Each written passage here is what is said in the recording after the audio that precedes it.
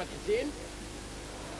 احمد حسين الى علاء عبد الصادق. علاء عبد الصادق امام العرض تفوت، تلعب جامد برافس يا بياخدها في مساحه خاليه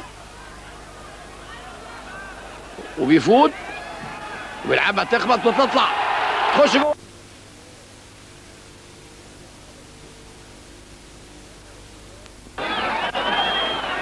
لعمرو انور لاسامه العلامه ميوب جامده على يمين حسام الشحات جوه الجول، بيجيب الجول الثالث علاء ميهوب. كره بتنقل 3 نقلات وبيحرز الجول الثالث علاء ميهوب بعد مضي 16 دقيقه من الشوط الثاني. ربيع ياسين طارق وهبي بيحاول يحصلها، بيفوت ربيع ياسين بيلعبها ورا عمرو انور من تحت حسام الشحات.